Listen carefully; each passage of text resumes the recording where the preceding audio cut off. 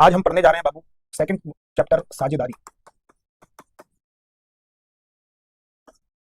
Partnership. इसमें क्या करते हैं, व्यापार शुरू करते हैं। कोई भी दो जने या दो से ज्यादा जने कोई भी व्यापार शुरू करेंगे, ठीक है। कोई भी दो या दो जने व्यापार शुरू करेंगे मेरे प्यारे साथियों, ठीक है। अब बड़े ध्यान से सुनना। जैसे दो जने हैं ए और बी। ए ने 3,000 रुपए लगाए और बी ने 4,000 रुपए लगाए। ये उनके निवेश का निवेश है। ए ने 3,000 रुपए लगाए तो बी ने 4,000 रुपए लगाए, तो उनके लाभ का अनुपात क्या होगा? तो जो कम रुपए लगाएगा उसको कम प्रॉफिट मिलेगा, जो ज्यादा रुपए लगाएगा उसे ज्यादा प्रॉफिट मिलेगा। जो कम रुपए लगाएगा उसे कम प्रॉफिट मिलेगा और जो ज्यादा रुपए लगाएगा उसे ज्यादा प्रॉफिट मिलेगा। जो कम पैसे लगाएगा उसे कम प्रॉफिट। बेटा जिन्होंने 29 तारीख को बुक ऑर्डर करी है, 29 तारीख को बुक ऑर्डर करी है संडे को, उनकी बुक 10-11 तक लास्ट आ जाएगी। 10-11 तक लास्ट आ जाएगी, ठीक है। 10-11 तारीख तक लास्ट आ जाएगी। और जिन्होंने 6 तारीख को कल ऑर्डर करी है बुक, उनकी 15 तारीख तक लास्ट बुक आ जाएगी। जिन्होंने 28-29 तारीख को बुक ऑर्डर करी है, जिन्होंने 28 और 29 तारीख को बुक ऑर्डर करी है, तो उनकी 10-11 तक लास्ट बुक आ जाएगी। और जिन्होंने 6 तारीख तक बुक करी है, कल ऑर्डर करी है, उनकी 15 तारीख तक आएगी, ठीक है। अब बड़े ध्यान से सुनना। ए ने 3,000 रुपए लगाए हैं और बी ने 4,000 रुपए लगाए हैं। ए ने 3,000 रुपए लगाए हैं, बी ने 4,000 रुपए लगाए हैं। तो उनके निवेश का अनुपात कितना है बाबू? 3:4। उनके प्रॉफिट का रेशो भी कितना हो जाएगा? 3:4 हो जाएगा। उनके निवेश का अनुपात 3 और 4 है, तो उनके प्रॉफिट का रेशो भी 3 और 4 होगा, ठीक है। तो जो निवेश का अनुपात होगा, जिसने कम रुपए लगाए उसे कम प्रॉफिट, जिसने ज्यादा रुपए लगाए उसे ज्यादा प्रॉफिट। अब जल्दी से बताना कि ए बी सी ने 3,000, 5,000 और 4,000 रुपए का निवेश किया है, तो उनके लाभ का अनुपात क्या होगा? उनके लाभ का अनुपात क्या होगा? लाभ का अनुपात,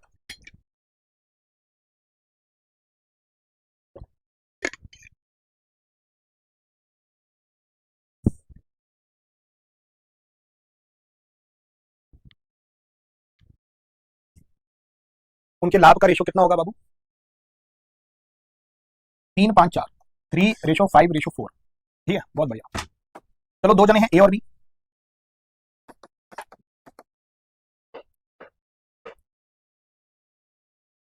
ए ने 5,000 रुपए लगाए हैं 3 महीने के लिए, बी ने 4,000 रुपए लगाए 4 महीने के लिए। ये तो ए का निवेश है इतने महीने के लिए। ए ने 5,000 रुपए लगाए हैं 3 महीने के लिए और बी ने 4,000 रुपए लगाए हैं 4 महीने के लिए। बड़े ध्यान से सुनना। ए ने 5,000 रुपए लगाए हैं 3 महीने के लिए और बी ने 4,000 रुपए लगाए 4 महीने के लिए। ए ने 5,000 रुपए लगाए 3 महीने के लिए, बी ने 4,000 रुपए लगाए 4 महीने के लिए। ए ने 5,000 रुपए लगाए 3 महीने के लिए। अब ए ये कह रहा है कि मैंने पैसे ज्यादा लगाए हैं, मुझे ज्यादा प्रॉफिट मिलना चाहिए। बी कह रहा है मैंने समय ज्यादा दिया है तो मुझे प्रॉफिट ज्यादा मिलना चाहिए। ए और बी में घूंसातानी चल रही है, मुक्काबाजी चल रही है। तो ए कह रहा है कि मैंने ज्यादा रुपए लगाए हैं तो मुझे ज्यादा प्रॉफिट दो, बी कह रहा है मैंने ज्यादा समय दिया है तो मुझे ज्यादा प्रॉफिट दो। तो इस लड़ाई को खत्म करने के लिए निवेश और समय का गुणा कर दिया। निवेश और समय के गुणे से प्रॉफिट का रेशो निकलता है। निवेश और समय के गुणे से प्रॉफिट का रेशो निकलता है। 3 0 से 3 0 खत्म, 5 दिया 15, 4 चौक 16, तो 15 और 16 क्या रेशो आएगा? 15 और 16 क्या रेशो आएगा? 15 और 16।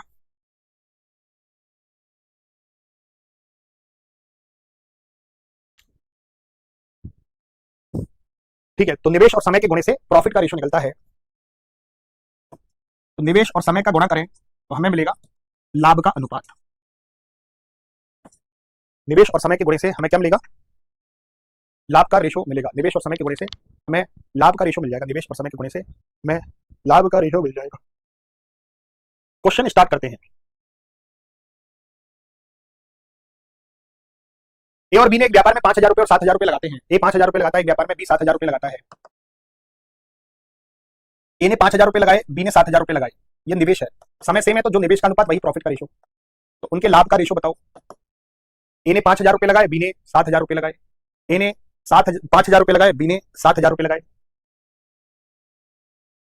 ए ने 5,000 रुपए लगाए और बी ने 7,000 रुपए लगाए, तो बाबू इनके प्रॉफिट का रेशो क्या बनेगा? 5:7। 5:7। तो प्रॉफिट इस रेशो में बांटा जाएगा, 5:7 में बांटा जाएगा profit.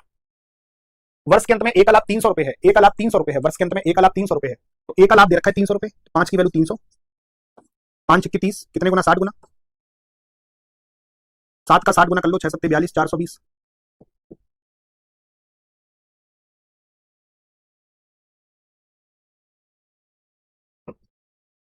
Four 20 is the right answer, 420 is the right answer, 420 बिल्कुल राइट आंसर होगा। बी का लाभ पूछा है। दिलीप, राम और अमर ने क्रमशः 2700, 8100 और 7200 रुपए लगाकर एक व्यापार आरंभ किया। दिलीप, राम और अमर, दिलीप, राम और अमर, 3 जने हैं। दिलीप, राम और अमर। निवेश, जो निवेश का अनुपात होगा वही उनके प्रॉफिट का रेशो होगा। जो निवेश का रेशो होगा वही उनके प्रॉफिट का रेशो होगा। जो निवेश का रेशो होगा वही उनके प्रॉफिट का रेशो होगा। दिनेश, राम और अमर, इसने 2700 रुपए लगाए, इसने 8100 रुपए लगाए, इसने 7200 रुपए लगाए। 8700, 8100 और 7200। तो पहले रेशो निकाल लो, 9 से काटो, 2 जीरो से 2 जीरो खत्म, 9 तिया 27, 9 नाम 81, 9 8 72। ये उनके निवेश का रेशो है, यही उनके प्रॉफिट का रेशो होगा, यही उनके प्रॉफिट का रेशो होगा।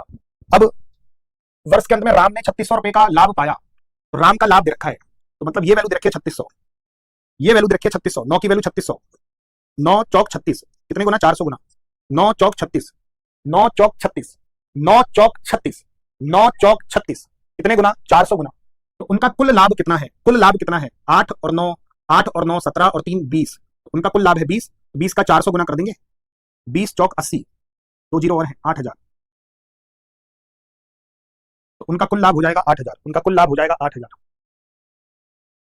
राकेश और राजीव 2 जने हैं, उनके प्रॉफिट का रेशो बताओगे पूरी क्लास। राकेश और राजीव के प्रॉफिट का रेशो बताओगे पूरी क्लास। राकेश और राजीव के प्रॉफिट का रेशो बताएंगे पूरी क्लास। राकेश और राजीव के प्रॉफिट का रेशो बताएंगे पूरी क्लास।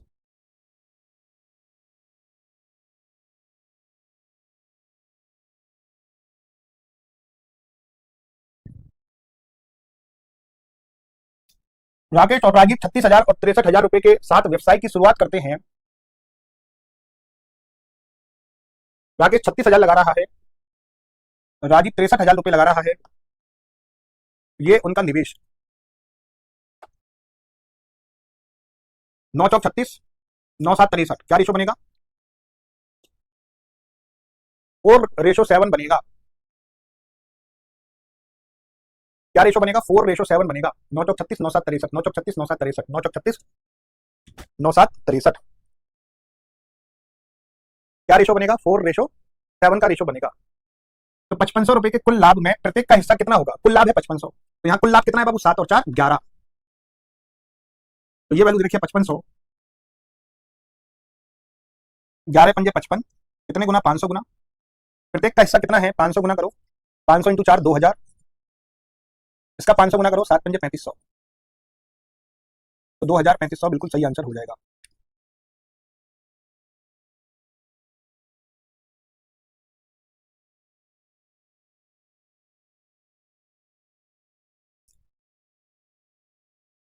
चलो,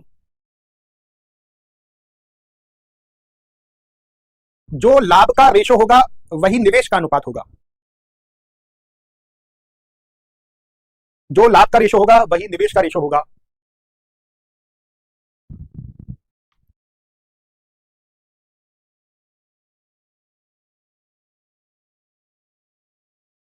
एक्स और वाई ने मिलकर एक व्यापार आरंभ किया। वर्ष के अंत में लाभ को उन्होंने 2 और 3 के अनुपात में बांटा। एक्स और वाई 2 जने हैं, तो लाभ का अनुपात कितना है? 2 और 3।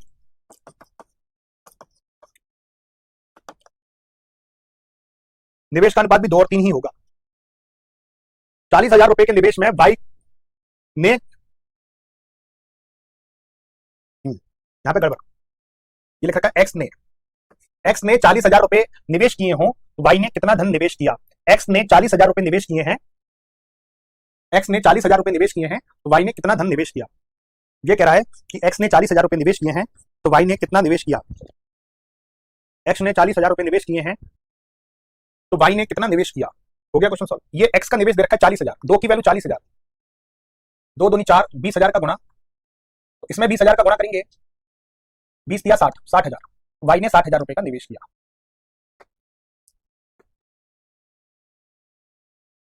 दो साझेदार हैं ए और बी। दो साझेदार एक व्यापार में 12,500 और 8500 रुपए लगाते हैं। एक तो 12,500 रुपए लगा रहा है, एक 8500 रुपए लगा रहा है। अब बहुत सारी चीजें लिखा मत करो, जैसे 2 जीरो से 2 जीरो यहीं काट दो, कट गया ना, वहां मत लिखना, क्योंकि 2 जीरो से 2 जीरो कटना तय है। तो ए तो 125 रुपए लगा रहा है, बी 85 रुपए लगा रहा है, 5 से काटो, 5 से 25 बार, 5 से 17 बार। तो ये उनके निवेश का रेशो और यही उनके प्रॉफिट का रेशो, उनको प्रॉफिट इसी रेशो में बांटा जाएगा। एक साझेदार को दूसरे की अपेक्षा 300 रुपए अधिक मिलते हैं, अधिक का मतलब होता है अंतर, अधिक का मतलब कम का मतलब अंतर होता है, अधिक और कम का मतलब अंतर होता है। तो ये 300 रुपए क्या है, 300 रुपए उनके लाभ का अंतर है, 300 रुपए उनके लाभ का अंतर है। अब मुझे रेशो में देख के बताओ कि उनके लाभ का अंतर कितना है, रेशो में देख के बताओ कि उनके लाभ का अंतर कितना है।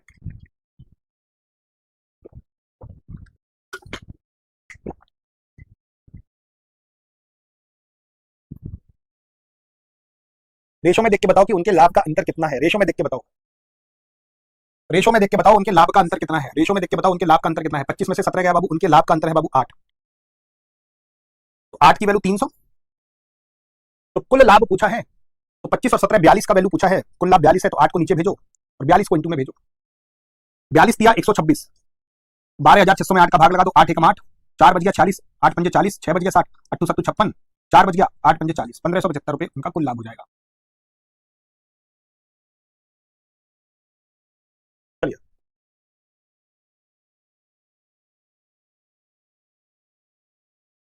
अनिल, मनोज और विकास 3 जने हैं, अनिल, मनोज और विकास 3 जने हैं, पूरी बात ध्यान केंद्रित रखना। अनिल, मनोज और विकास 3 जने हैं, अनिल, मनोज और विकास 3 जने हैं। अनिल ने 40,000 रुपए लगाए, मनोज ने 24,000 रुपए लगाए, विकास ने 32,000 रुपए लगाए।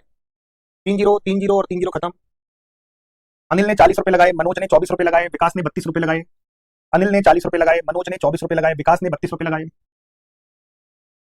अनिल ने 40 रुपए लगाए, मनोज ने 24 रुपए लगाए, विकास ने 32 रुपए लगाए। अनिल ने 40 रुपए लगाए, मनोज ने 24 रुपए लगाए, विकास ने 32 रुपए लगाए। अनिल ने 40 रुपए लगाए, मनोज ने 24 रुपए लगाए, विकास ने 32 रुपए लगाए। अनिल ने 40 रुपए लगाए, मनोज ने 24 रुपए लगाए, विकास ने 32 रुपए लगाए। 8 से काटो, 8 पंजे 40, 8 या 24, 8 चौक 32। तो उन्होंने 5 3 और 4 के रेशो में, 5 3 और 4 के रेशो में उन्होंने निवेश किया। वर्ष के अंत में 7200 रुपए के लाभ में विकास को क्या मिला, 7200 रुपए कुल लाभ है, 7200 रुपए कुल लाभ है। अब कुल लाभ बताओ, कुल लाभ कितना है, कुल लाभ कितना है, 5 और 3 8 और 4 12, कुल लाभ 12, तो 12 की वैल्यू 7200, 12 छिन 72, कितने गुना, 600 गुना। विकास का लाभ कितना हो जाएगा, 4 का 600 गुना कर दो, 2400, विकास का लाभ हो जाएगा 2400, बिल्कुल सही आंसर हो जाएगा 2400। तो बाबू ये 600 गुना, तो इसका भी 600 गुना कर दो, 2400 आंसर हो जाएगा। ये 600 गुना, तो इसका भी 600 गुना कर दो, 2400 आंसर हो जाएगा।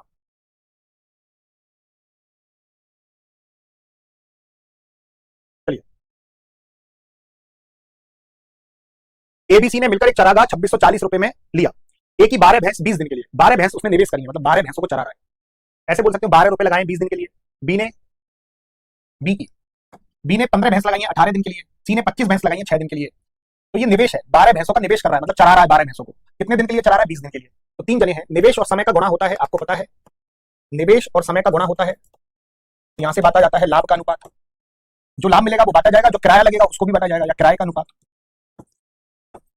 तो ए ने 12 भैंस लगाई है 20 दिन के लिए, 12 भैंस लगाई है 20 दिन के लिए, बी ने 15 भैंस लगाई है 18 दिन के लिए, सी ने 25 भैंस लगाई है 6 दिन के लिए। ए ने 12 भैंस लगाई है 20 दिन के लिए, बी ने 15 भैंस लगाई है 18 दिन के लिए, सी ने 25 भैंस लगाई है 6 दिन के लिए। काटा पीटी करेंगे, 6 तिया 18, 6 दूनी 12, 5 से काटो, 5 चौका 20, 5 तिया 15, 55 25, 2 चौके 8, 3 तिया 9, 5, यहाँ 5 बच गया। तो ये उनको किराया देना पड़ेगा 895, ये उनको किराया देना पड़ेगा 895, ये किराया देना पड़ेगा 895। और कुल किराया कितना दे रहे हैं, वो सभी मिलकर 2640 रुपए किराया दे रहे हैं। तो सी को कितना किराया देना है, टोटल किराया तीनों मिलकर, एबीसी ने मिलकर 2640 रुपए दिया। अब रेशो में बताओ कि तीनों का कुल किराया कितना है, रेशो में देख के बताओ, रेशो में देख के बताओ कि एबीसी का कुल किराया कितना है।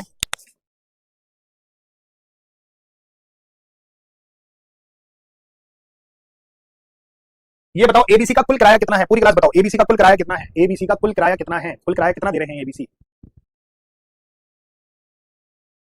8 और 9 17 और 5 22 रुपए कुल किराया दे रहे हैं, कुल किराया दे रहे हैं 2640, 22 एकम 22, 4 बज गया, 22 दूनी 44, 120 गुना। सी ने कितना किराया दिया, 5 का 120 गुना कर लो, 12 पंजे 60, 600 रुपए किराया दिया है सी ने। सीधा सीधा गेम, मजा आ गया।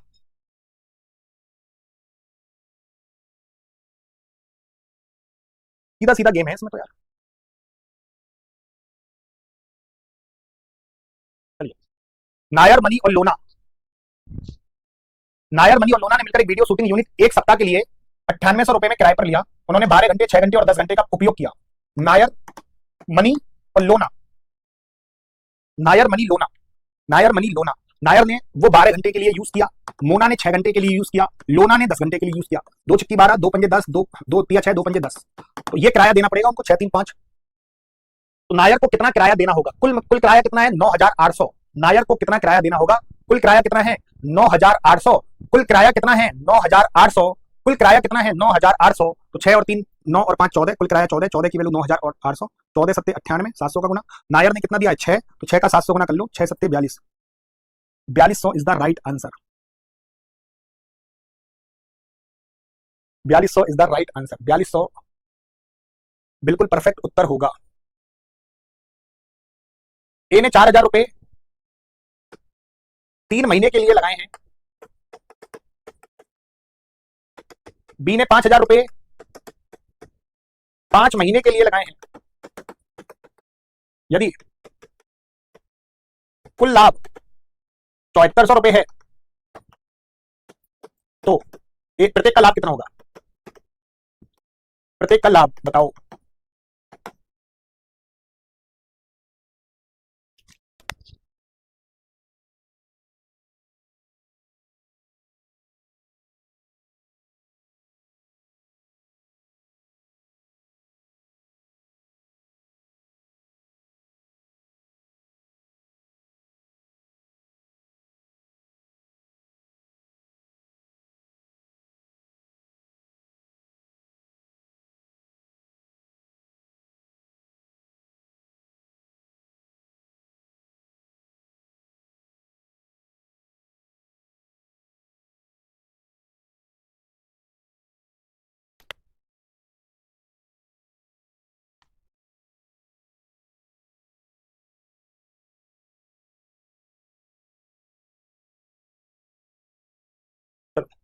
सॉरी, वो गलती से वॉइस बंद हो गई थी, तो मैं शुरू से क्वेश्चन पढ़ा देता हूं।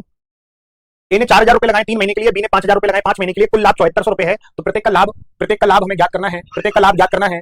प्रत्येक का लाभ हमें ज्ञात करना है। तो 3 जीरो से 3 जीरो कटी गई है। तो ए ने 4 रुपए लगाए 3 महीने के लिए, तो ए ने 4 रुपए लगाए 3 महीने के लिए, बी ने 5 रुपए लगाए 5 महीने के लिए।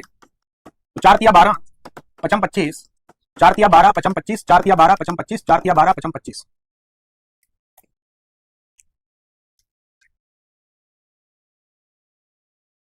4 तिया 12 पचम 25, 4 तिया 12 पचम 25, 4 तिया 12 पचम 25। कुल लाभ देखा 7400, तो 25 और 12 कितना हो गया बाबू? 37। कुल लाभ हो गया 37, तो 37 की वैल्यू 7400। 37 दूनी 74 कितने गुना? 200 गुना। 37 दूनी 74 कितने गुना? 200 गुना। 37 दूनी 74 कितने गुना? 200 गुना। तो प्रत्येक का लाभ बताओ। तो प्रत्येक का लाभ बताओ। 200 200 गुना कर लो, 12 दूनी 2400, इसका 200 गुना कर लो, 25 दूनी 50, 5000। तो प्रत्येक का लाभ हो जाएगा 2400 और 5000। प्रत्येक का लाभ हो जाएगा 2400 और 5000।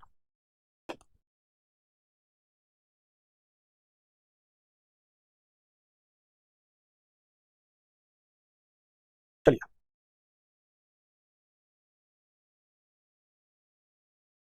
किरण और नंदन 2 जने हैं, बड़े ध्यान से सुनना। किरण और नंदन 2 जने हैं। किरण और नंदन ने मिलकर एक व्यापार आरंभ किया। इसमें किरण ने नंदन से तिगना धन नंदन से दुगने समय के लिए निवेशित किया। पूरी क्लास बड़े ध्यान से सुनना। किरण तथा नंदन ने मिलकर एक व्यापार आरंभ किया। किरण ने नंदन से तिगना धन दुगने समय के लिए निवेशित किया। तिगना धन दुगने समय के लिए, तिगना धन दुगने समय के लिए, तिगना धन दुगने समय के लिए। तो किरण ने धन तो तिगना लगाया, इसने एक धन लगाया तो 3, इसने तिगना धन लगाया दुगने समय के लिए। इसका समय 2 है तो इसका समय 1 होगा। तिगना धन दुगने समय के लिए, तो क्या रेशो बनेगा लाभ का? 6:1 बनेगा। यदि कुल लाभ में से नंदन को 4000 रुपए मिले हैं, ये किरण है, ये नंदन है, नंदन को 4000 रुपए मिले हैं, तो एक की वैल्यू 4000। तो कुल लाभ कितना होगा? कुल लाभ है बाबू 6 और 1 7। तो बाबू ये 4000 गुना इसका 4000 गुना कर लो, 5 चौक 28000। कुल लाभ हो जाएगा 28000। कुल लाभ हो जाएगा 28000। कुल लाभ हो जाएगा 28000।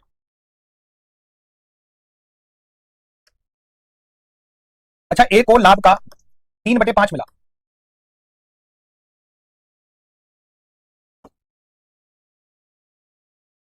और शेष बी और सी में बराबर। तो बड़े ढंग से सुनना। ए को लाभ का 3/5 मिला, कुल लाभ 5 मान लो, नीचे वाला होता है कुल लाभ। तो 5 में से 3 तो कौन ले गया? ए ले गया। 3 तो कौन ले गया? ए ले गया।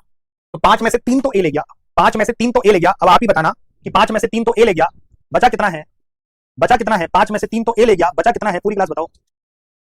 5 में से 3 तो ए ले गया, बचा कितना?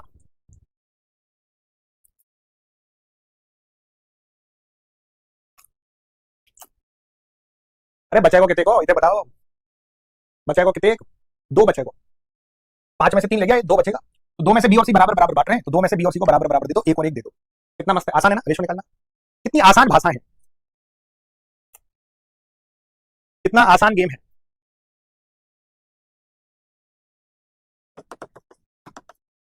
ए बी तथा सी किसी व्यापार में साझेदार बने, ए को कुल लाभ का 3/5 प्राप्त हुआ, ए को 3/5 प्राप्त हुआ, ए को 3/5 प्राप्त हुआ, ए को 3/5 प्राप्त हुआ, तो 5 में से ए को मिलेगा 3, तो ए को तो 5 में से 3 मिल रहा है, शेष लाभ बी और सी में बराबर बराबर बांट लिया गया। तो 5 में से 3 तो ले गया कौन? ए ले गया, तो 5 में से 3 तो ले गया ए, बचा 2, 2 में से बी और सी को बराबर बराबर एक और एक दे दो। सी को ए से 400 रुपए कम, कम का मतलब होता है अंतर, अंतर, तो सी और ए का अंतर दे रखा है 400, सी और ए का अंतर कितना है बाबू? 2, 3 और 1 का अंतर 2, 2 की वैल्यू 400, 2 दूनी 4, कितने गुना? 200 गुना। तो कुल लाभ कितना है? 3 और 1 4 और 1 5, कुल लाभ 5 है, तो 5 का 200 गुना कर दोगे, 5 का 200 गुना कर दोगे 1000, तो कुल लाभ हो जाएगा 1000। That's the final answer. 1200 नहीं होगा, 1000 होगा। बता दो, आसान गेम है कि कठिन गेम है, जल्दी से बताओ।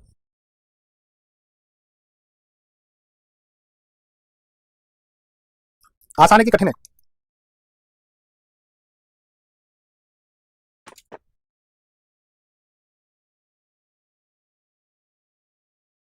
निवेश और समय का गुणा करने पर हमें लाभ का अनुपात मिलता है। हमें निवेश और समय का गुणा करने पर, निवेश और समय का गुणा करने पर हमें लाभ का अनुपात मिलता है। निवेश और समय का गुणा करने पर हमें लाभ का अनुपात मिलता है। निवेश और समय का गुणा करो, लाभ का अनुपात आपको मिल जाएगा। निवेश और समय का गुणा करो और लाभ का अनुपात आपको मिल जाएगा। तो निवेश और समय का गुणा करने से हमें लाभ का अनुपात मिलता है। चलो, अगर मैं एक बात पूछूं आपसे, एबीसी का निवेश है 2 3 4, उनके समय का रेशो है 4 3 5, तो उनके लाभ का अनुपात कितना होगा? लाभ का अनुपात कितना होगा? लाभ का अनुपात कितना होगा? लाभ का अनुपात कितना होगा? निवेश का अनुपात है 2 3 4, निवेश का अनुपात है 2 3 4, निवेश का अनुपात है 2 3 4, निवेश का अनुपात है 2 3 4, समय का अनुपात है 4 3 5, तो उनके प्रॉफिट का रेशो क्या बनेगा? उनके लाभ का रेशो क्या बनेगा? गुणा कर दो, 2 का 4 से गुणा करो 8, 3 का 3 से गुणा करो 9, 4 का 5 से गुणा करो 20, क्या रेशो बनेगा? 8 9 20 का रेशो बनेगा। बाबू क्या रेशो बनेगा? 8 9 और 20 का रेशो बनेगा। क्या रेशो बनेगा? 8 9 और 20 का रेशो बनेगा। सिंपल सा फंडा है, 8 9 20 का रेशो अपन बनाएंगे, इसमें 8 9 20 का रेशो बनाया जाएगा। तो मैंने बताया था कि अगर निवेश और समय का गुणा करते हैं तो आपको मिलता है लाभ का अनुपात। निवेश और समय का गुणा करेंगे तो आपको लाभ का अनुपात मिलेगा। समय को नीचे भेज दो, अगर मैं लाभ में समय का भाग दे दूं तो मुझे निवेश का अनुपात मिलेगा। अब निवेश को नीचे भेज दो, अगर मैं लाभ में निवेश का भाग दे दूं तो मुझे समय का रेशो मिलेगा। निवेश और समय के गुणे से लाभ का रेशो मिलता है। निवेश का रेशो कैसे मिलेगा? समय को नीचे भेज दो, लाभ में समय का भाग लगाकर। अगर मैं लाभ में समय का भाग लगा दूं, लाभ में समय का भाग लगा दूं, लाभ में समय का भाग लगा दूं तो निवेश का रेशो, समय का रेशो कैसे मिलेगा? लाभ में निवेश का भाग लगाकर, लाभ में निवेश का भाग लगाकर, लाभ में निवेश का भाग लगाकर। क्या ये बात बिल्कुल अच्छी तरीके से क्लियर हो गई? क्या ये बात अच्छी तरह से क्लियर हो गई?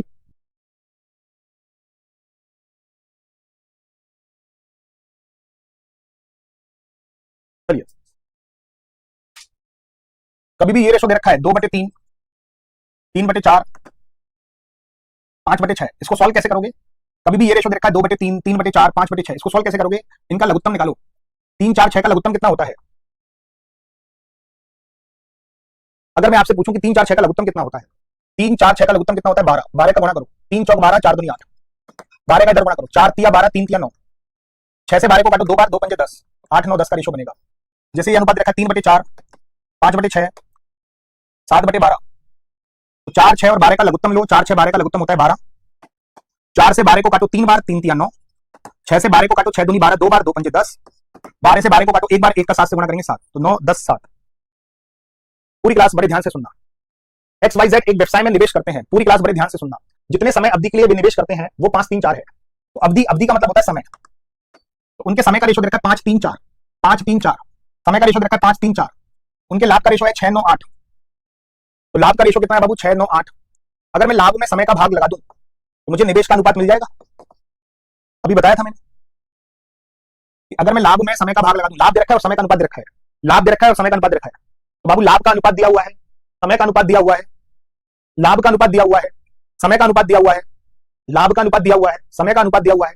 अगर मैं लाभ में समय का भाग लगा दूं, अगर मैं लाभ में समय का भाग लगा दूं, लाभ में समय का भाग लगा दूं, तो मुझे निवेश का रेशो मिल जाएगा। तो लाभ में समय का भाग लगाना है, इसमें इसका भाग लगाना है, 6 में 5 का भाग लगाना है, 6 में 5 का भाग, 9 में 3 का भाग और 8 में 4 का भाग। तो पहले जितना कटराव काटो, पहले जितना कटराव काटो, जितना कटराव काटो, जितना कटराव काटो, 6/5, 9 में 3 का भाग लगाओ 3, 8 में 4 का भाग लगाओ 2, नीचे 5 है तो 5 का गुणा कर दो सब में। 5 से 5 कर दिया, 5 एकम 5, 1 का 6 से गुणा करेंगे 6, 5 दिया 15 और 5 दूनी 10, तो 6 15 10, तो 6 15 10 उनके निवेश का रेशो आ जाएगा, 6 15 10 उनके निवेश का रेशो आ जाएगा, उनके निवेश का रेशो आ जाएगा। ठीक है। किसी व्यापार में 3 मित्रों द्वारा लगाई गई पूंजी का अनुपात क्या होगा? पूंजी का अनुपात पूछा है, पूंजी का मतलब होता है निवेश। वो कह रहा है कि निवेश का अनुपात क्या होगा? निवेश का अनुपात कैसे निकालते हो? जब लाभ में समय का भाग लगाते हो, तो यहाँ समय का रेशो दे रखा होगा, लाभ का रेशो दे रखा होगा। तो उनके उस व्यापार में रहने के समय का अनुपात है 3 2 5, समय का रेशो है 3 2 5, समय का अनुपात है 3 2 5, 3 2 5, 3 2 5, 3 2 5, 3 2 5। उनके लाभ का अनुपात है 5 6 8, 5 6 8। उनके लाभ का रेशो कितना है? 5 6 8, 5 6 8। ये लाभ का रेशो, ये समय का रेशो। तो लाभ में समय का भाग लगेगा, इसमें इसका भाग लगाना है, लाभ में समय का भाग लगेगा, लाभ में समय का भाग लगेगा, लाभ में समय का भाग लगेगा। 5 में 3 का भाग लगाओ, 6 में 2 का भाग लगाओ, 8 में 5 का भाग लगाओ, जो कटराव काटो। 6 में 2 का भाग लगाएंगे तो ये वैल्यू बन जाएगी 3, 6 में 2 का भाग लगाएंगे 3 बन जाएगा, 3 और 5 का लघुत्तम लो 15, 3 पंजे 15, 5 25, ये सीधा सीधा गुणा करो, 15 3 45, 5 3 15, 3 8 24, तो 25 45 24, तो 25 45 24, तो 25 45 24, 25 45 24, 25 45 24। मजा आ गया कि नहीं आ गया? ईमानदारी से बताओ, ईमानदारी से बताओ कि आनंद आ गया कि नहीं आ गया? ईमानदारी से बताओ।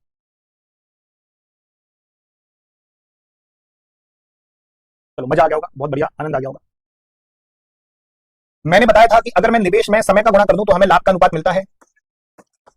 पूरा गेम इसी का ही है, पूरा पार्टनरशिप इसी का ही है। निवेश में समय का गुणा कर दूं तो हमें लाभ का अनुपात मिलेगा, अगर मैं निवेश में समय का गुणा कर दूं तो हमें लाभ का अनुपात मिलेगा। पूरा गेम इसी चीज का है। ठीक है, अब ध्यान से देखना, अब जो मैं पूछूं उस चीज के बारे में बताना, जो मैं पूछूं उस चीज के बारे में बताना। ये 12 महीने का बिजनेस है, 12 महीने का बिजनेस है। बी ने यहां पे ज्वाइन किया बिजनेस को, बी ने यहां पे ज्वाइन किया, 5 महीने बाद ज्वाइन किया, बी ने 5 महीने बाद ज्वाइन किया। अब मैं 2 क्वेश्चन पूछ रहा हूं, बी कितने महीने के लिए बिजनेस में आया? कितने महीने के लिए बिजनेस में आया? तो 12 में से 5 घटा दो, 7 महीने के लिए आया। भाई बी यहां पर आया तो 7 महीने के लिए आया ना। 12 में 5 को घटा दो, 12 में 5 को घटा दो, तो बी 7 महीने के लिए आया। अगर इसका आंसर होगा 7। अगर मैं पूछूं बी कितने महीने बाद आया, कितने महीने बाद आया, तो आप लिखोगे 5 महीने बाद आया। तो जनरली 2 क्वेश्चन पूछे जाते हैं, बी कितने महीने बाद आया, 5 महीने बाद आया, बी कितने महीने के लिए आया, 7 महीने के लिए आया। अब उस क्वेश्चन को देख रहे हैं, बड़े ध्यान से समझना। ए ने 76,000 रुपए एक व्यवसाय में निवेश किया, कुछ महीने बाद बी भी 57,000 रुपए निवेश करके उसमें शामिल हो गया। तो बी भी कुछ महीने बाद आ गया। हमें अभी पता नहीं अभी कितने महीने बाद आया, कितने महीने बाद आया, कुछ महीने बाद आया। अब मैं आपसे एक बात जानना चाह रहा हूं कि ए के निवेश और बी के निवेश का रेशो क्या है? ए के निवेश और बी के निवेश का रेशो क्या है? अभी मैंने क्वेश्चन यहीं तक पढ़ा है।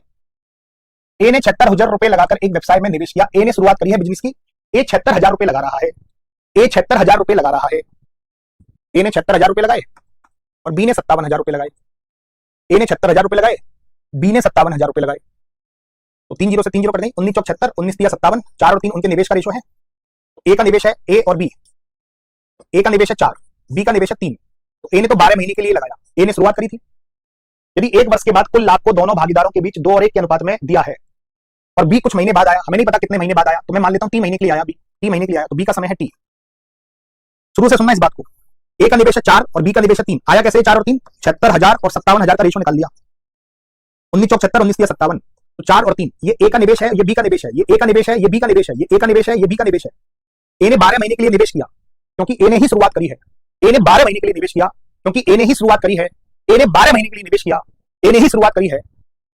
और बी कुछ महीने बाद आया, कह रहा ना कुछ महीने बाद बी भी आ गया, कुछ महीने बाद आया, हमें नहीं पता, तो बी 3 महीने के लिए आया, तो बी का निवेश है 3 महीने का। तो ये ए का निवेश, ये ए का समय, ये बी का निवेश, बी का समय। जब निवेश और समय का गुणा करते हैं, निवेश और समय का गुणा करते हैं, तो क्या मिलता है? प्रॉफिट का रेशो मिलता है। जब हम निवेश और समय का गुणा करते हैं, जब हम निवेश और समय का गुणा करते हैं, पूरी क्लास, जब हम निवेश और समय का गुणा करते हैं, निवेश और समय का गुणा करते हैं, तो प्रॉफिट का रेशो मिलता है। और प्रॉफिट का रेशो क्या है? लाभ का अनुपात कितना है दोनों का? 2 और 1। तो इसको 2 और 1 के बराबर कर दो। तो बी उस व्यवसाय में कितने महीने बाद आया, कितने महीने बाद आया, ये वैल्यू निकालनी है। पहले टी का वैल्यू निकाल लेते हैं, 12 में से घटा देंगे उसको। कितने महीने बाद आया ये निकालना है, ये नहीं निकालना। तो बस आपको एग्जाम में ये क्वेश्चन लिखनी है, बस कुछ नहीं करना, ये क्वेश्चन लिखनी है बस। खत्म करो। 3 चौक 12, 2 दूनी 4, 4 दूनी 8। तो बी का निवेश था 8 महीने का, ये 8 महीने का निवेश था। ये नहीं पूछा, इसमें 2 क्वेश्चन पूछे जाते हैं। बी कितने महीने के लिए आया, तो मेरा आंसर होता 8। इसमें पूछा बी कितने महीने बाद आया, तो 12 में से 8 को घटा दो, तो 4 महीने बाद आया। 12 में से 8 को घटा दो, 4 महीने बाद आया। अब एक लाइन को मैं 10 बार बोला हूं, उम्मीद है कि समझ में आ गया होगा, उम्मीद है कि समझ में आ गया होगा। चलिए 1-2 क्वेश्चन करते हैं सेम टू सेम, तो मजा आ जाएगा और क्लियर हो जाएगा ये पूरा टाइम। मजा आ गया कि नहीं आ गया बताओ। 5 और 6 के अनुपात में अपनी पूंजी लगाकर ए और बी कोई साझा व्यापार आरंभ करते हैं। 5 और 6 के अनुपात में कोई पूंजी लगा रहे हैं, तो ए 5 पूंजी लगा रहा है, बी 6 पूंजी लगा रहा है। 8 महीने के पश्चात ए अपनी पूंजी हटा देता है, तो ए का निवेश कितने महीने का है जल्दी से बताओ। 8 महीने के पश्चात, 8 महीने के पश्चात ए ने अपनी पूंजी हटा ली, तो 8 महीने के पश्चात ए ने अपनी पूंजी हटा ली, तो ए का निवेश कितने महीने का है? पूरी क्लास बताएंगे, जो मैं पूछूं उस चीज का जवाब देना। 8 महीने बाद ए ने अपनी पूंजी हटा ली, ए का निवेश कितने महीने का है? 4 जो बोल रहे हैं गलत है। तो भाई ए ने स्टार्ट किया है, ए और बी ने स्टार्ट किया है, 8 महीने के बाद ए हट गया, तो यहां थोड़ा ना ए, भाई ए तो इधर ही है ना, इधर से हट गया, ए इधर थोड़ा ना है जो 4 महीने बोल रहे हो। 4 महीने वाला थोड़ी शर्म कर लो, ऐसे गाल पे लपड़ मारूंगा कि होश जो खो बैठे हो ना वो समझ जाएगा तुम्हारा होश, नाक पे डुक्का मार दूंगा। ए 8 महीने बाद हट गया ना, यहां से तो ए हट गया, अब इधर थोड़ा ना ए इधर है क्या जो 4 महीने बोल रहे हो? 12 में से 8 घटा दो, 4 महीने बोल रहे हो, तो ए का निवेश तो 8 महीने का ही है।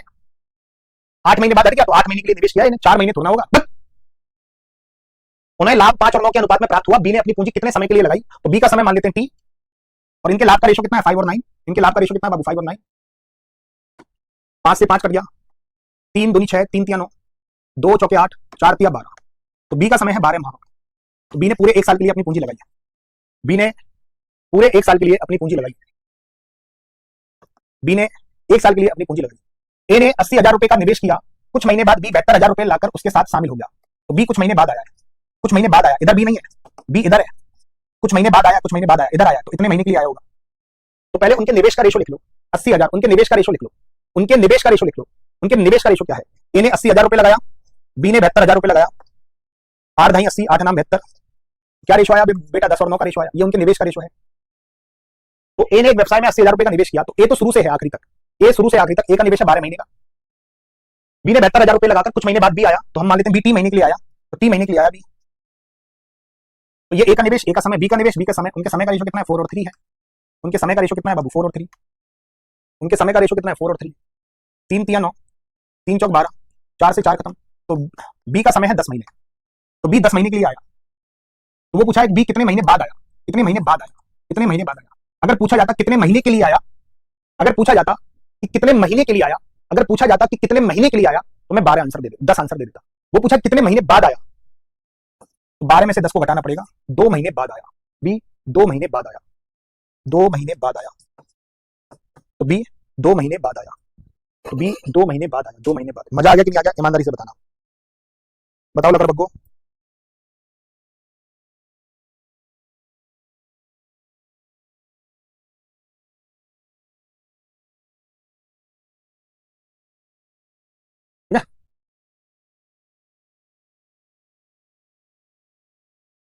गीता और सीता,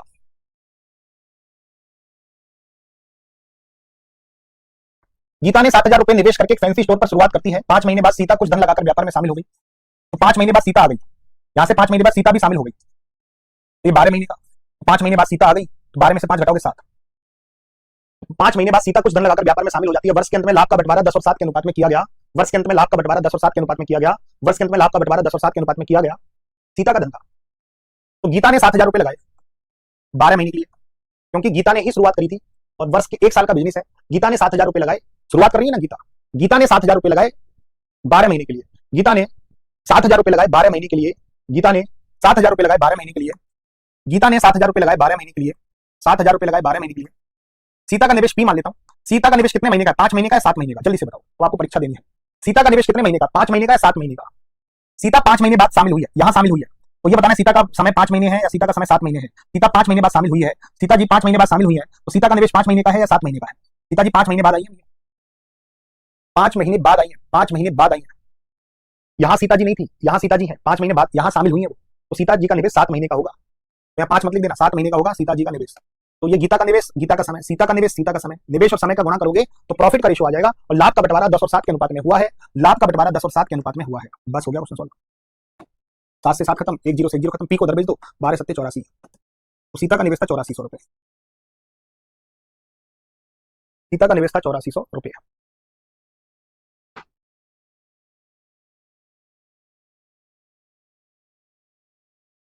उम्मीद करता हूं कि ये बात आपको, चलो अगर मैं आपसे एक बात पूछूं, पूछूं, चलिए बहुत प्यारी सी बात पूछता हूं, मजा आएगा। ए को पूंजी का 1/5 मिला,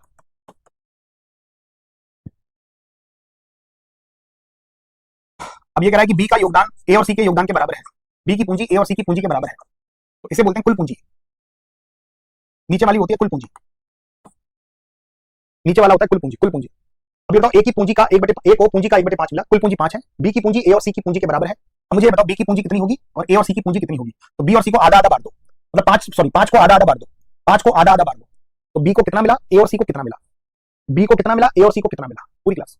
बी को कितना मिला, ए और सी को कितना मिला, कमेंट करके बताओ। बी को कितना मिला, ए और सी को कितना मिला, पूरी क्लास कमेंट करके बताएंगे। जो मैं पूछूं उस चीज का जवाब चाहिए। बी को कितना मिला, ए और सी को कितना मिला? 2.5, वेरी गुड भाई। 5 को 2 बराबर बराबर भागों में बांटोगे तो 2.5 इसको और 2.5 इसको, ठीक है, 2.5 बी को और 2.5 ए और सी को, जिसमें ए की पूंजी कितनी है, 1 है, ए की पूंजी कितनी है, 1, तो सी की पूंजी कितनी हो जाएगी, 2.5 में से 1 को घटा दो, 1.5। तो आपके पास ए की पूंजी आ गई, बी की पूंजी आ गई, सी की पूंजी आ गई, आसान है ना। चलिए अब ये क्वेश्चन है ना, बड़ी दिक्कत देते हैं, आज के बाद दिक्कत नहीं देंगे, सच बता रहा हूं। एबीसी साझेदारी करते हैं, एबीसी साझेदारी करते हैं, बड़े ध्यान से सुनना, एबीसी साझेदारी करते हैं। ए को पूंजी का 5वां भाग योगदान करता है, ए पूंजी का 5वां भाग योगदान करता है, ए को पूंजी का 1/5 भाग मिला। बी का योगदान ए तथा सी के संयुक्त योगदान के बराबर है, वो कह रहा है बी का योगदान ए और सी के योगदान के बराबर है। तो मेरे प्यारे साथियों कुल पूंजी कितनी है, 5, 5 में से 2.5 बी को दे दो और 2.5 ए और सी को दे दो, 2.5 बी को मिल जाएगा, 2.5 ए और सी को मिल जाएगा, 5 में से आधा इसको आधा इसको, 5 में से आधा इसको आधा इसको, जिसमें से ए की पूंजी कितनी है, 1 है, ए की पूंजी कितनी है, 1, सी की पूंजी कितनी हो जाएगी, 1.5। अब ए बी सी की पूंजी का रेशो आ गया, ए की पूंजी कितनी है, 1, बी की पूंजी कितनी है, 2.5, सी की पूंजी कितनी है, 1.5। पॉइंट के बाद एक नंबर, पॉइंट के बाद एक नंबर, तो यहाँ पे 1 0 लगा दो, 5 से काटो, 5 दूनी 10, 5 25, 5 दिया 15, तो इनकी पूंजी का अनुपात हो जाएगा 2-5-3, 2-5-3, उनकी पूंजी का रेशो हो जाएगा 2-5-3। वर्ष के अंत में 22,000 रुपए के लाभ में सी का हिस्सा कितना होगा, 22,000 रुपए के लाभ में सी का हिस्सा कितना होगा, 22,000 रुपए के लाभ में सी का हिस्सा कितना होगा? तो टोटल लाभ देख लो, 5 और 3 8 और 2 10, 10 की वैल्यू 22,000, 2200 का गुणा हो रहा है, सी की पूंजी बतानी है, 2200 का गुणा करो, 22 दिया 6600, सी की पूंजी आ जाएगी 6600, सी की पूंजी आ जाएगी 6600। चलो मजा आ गया भाई। एबीसी में एक कंपनी में हिस्सेदार हैं, ए किसी एक वर्ष में ए को लाभ का 1/3 मिला, तो ए लाभ का 1/3 ले जाता है, बी 1/4 भाग ले जाता है, बी 1/4 भाग ले जाता है, और सी को 5,000 मिला, मतलब सी शेष ले जाएगा। तो लाभ कुछ भी मान लो, ऐसा मान लो जो 3 और 4 दोनों से विभाजित हो जाए, कि कुल लाभ कितना है, कुल लाभ कितना मानोगे? अब देखो ये तो कुल वैल्यू होती है 3, और यहाँ पे भी कुल वैल्यू है, देखो 4, अब 2 अलग अलग वैल्यू हुई ना, तो आपको 3 और 4 के अकॉर्डिंग कुल मानना पड़ेगा। तो ए को लाभ का 1/3 मिला, बी को लाभ का 1/4 मिला, तो लाभ आप कुछ भी मान सकते हो, 100 200 300, एक्स वाई जेड, गधा घोड़ा प्याज लहसन, कुछ भी मान सकते हो। ए को 1/3 मिला, बी को 1/4 मिला, ए को 1/3 मिला, बी को 1/4 मिला, ए को 1/3 मिलेगा और बी को 1/4 मिलेगा, ए को 1/3 मिलेगा, बी को 1/4 मिलेगा।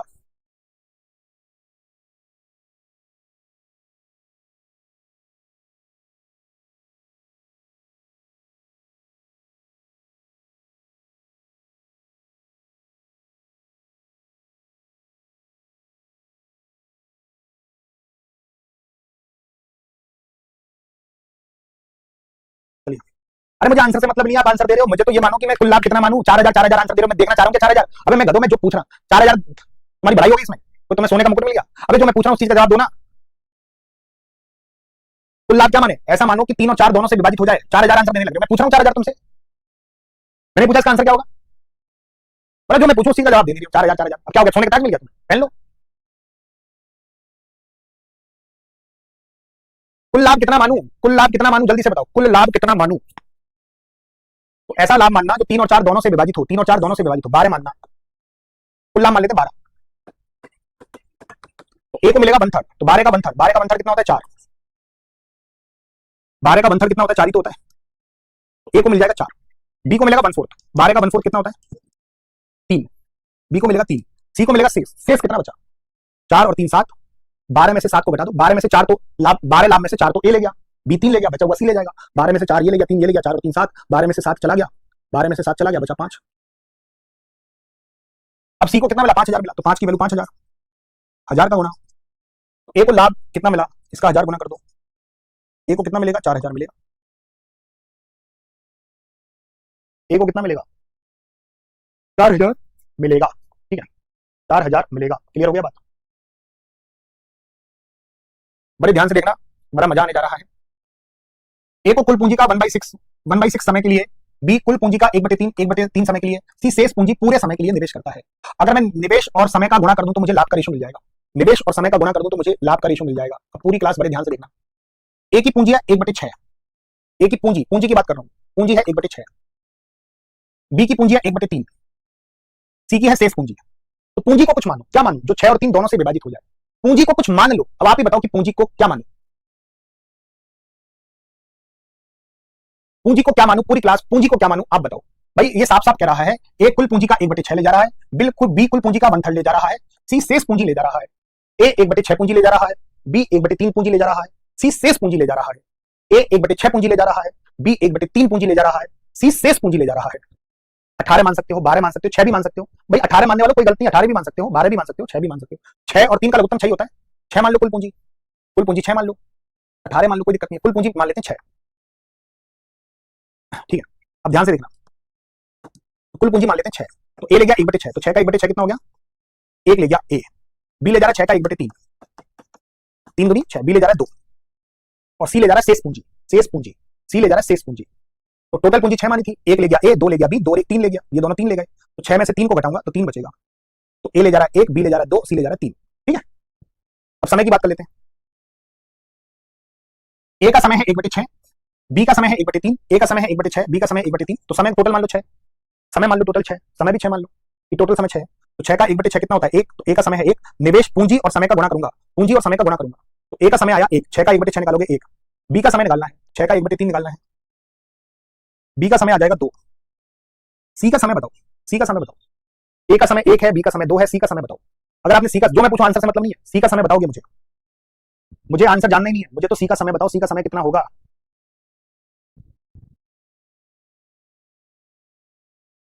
सी का समय कितना होगा?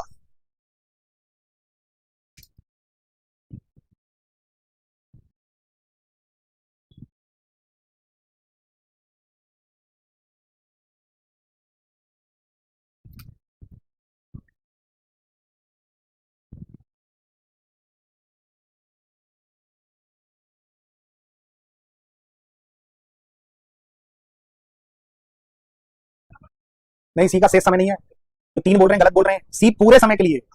सी का ध्यान से पढ़ लो।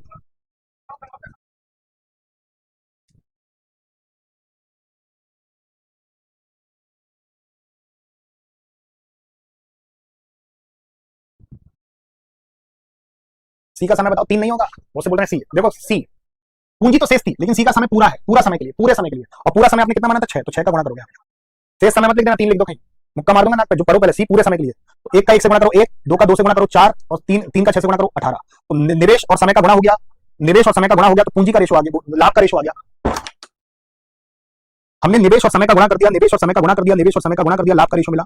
निवेश और समय का गुणा, निवेश और समय का गुणा, निवेश और समय का गुणा, लाभ का रेशो मिला।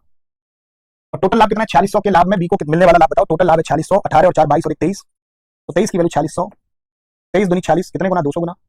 तो 4 का 200 गुना कर दो, 4 का 200 गुना हो जाएगा 800, 4 का 200 गुना कर दिया हमने 800।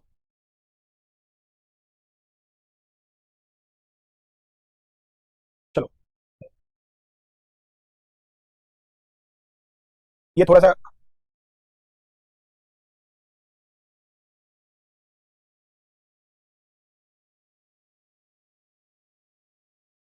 इसमें ये गलत लिख दिया, मैं लिख के बता दे रहा हूं। ए कुल पूंजी का 1/6, 1/6 समय के लिए।